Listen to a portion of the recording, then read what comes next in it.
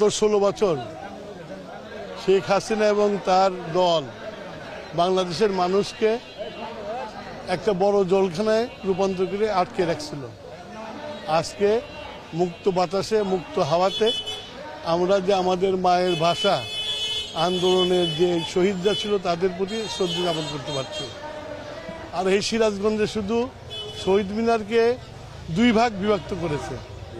আমরা আজকে যেখানে দাঁড়িয়ে আছে এইটাই হলো আদি শহীদ মিনার, কিন্তু সেটা না করে আরেকটা শহীদ মিনার বানিয়ে আজকে শহরকে 2 ভাবে বিভক্ত করে দিয়েছে।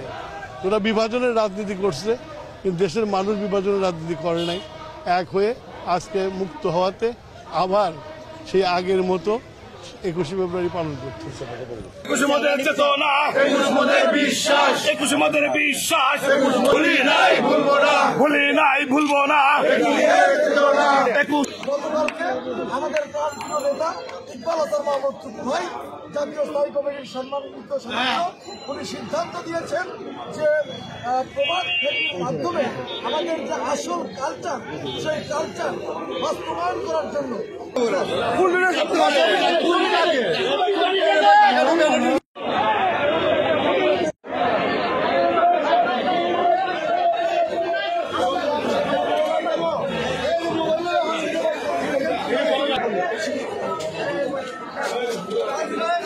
বেশি নাই 10 আর 15-20 সেকেন্ড হয়।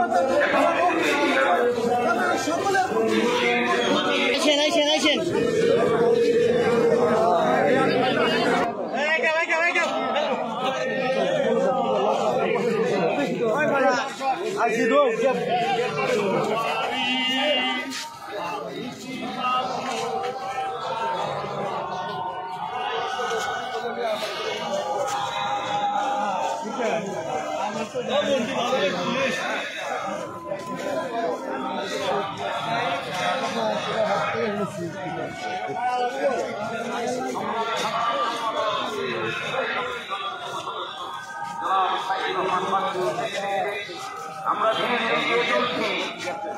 ধীরে এগিয়ে চলছি আমরা আজকে সেই শহীদ মিনারে শহীদদের প্রতি শ্রদ্ধা নিবেদন করতে আমাদের প্রিয় নেতা জনাব ইকবাল হাসান মাহমুদ টুকু আজকে এই থাকবেন সংগ্রামী সাধারণ সম্পাদক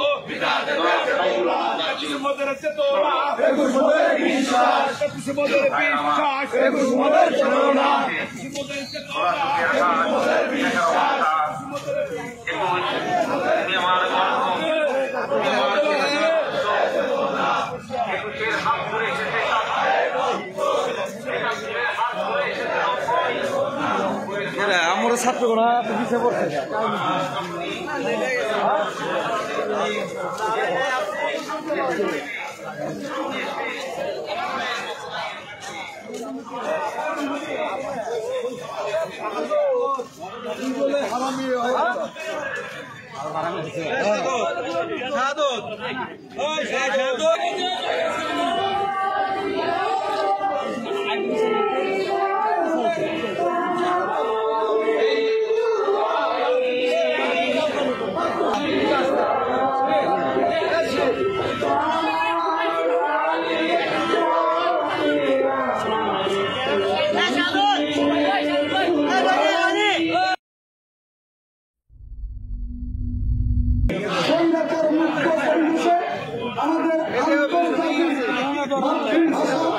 আমরা এবার উদযাপন করছি।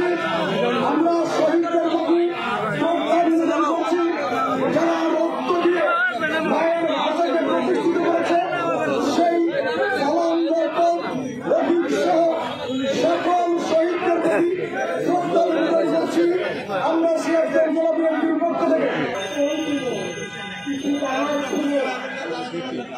দেশের ভাষাকে রক্ষা করার জন্য নিজেদের প্রাণ বিসর্জন দিয়ে তারা আমাদেরকে বাংলা আমাদের বাংলা ভাষা সেই ভাষা দিয়ে আমাদের মনের কথা প্রদান করে এবং সেই মায়েদের আমি সালাম করি যারা এই কামাল আজকে আমরা এই ভাষাকে সংরক্ষিত করব, ভাষাকে বিকৃত করব, সন্তানকে শিখাবো, জটিলতার করলেও বাংলা ভাষাকে উচ্চারণ করবো, তাহলে ভাষাটাকে আমরা সংরক্ষণ করতে পারবো।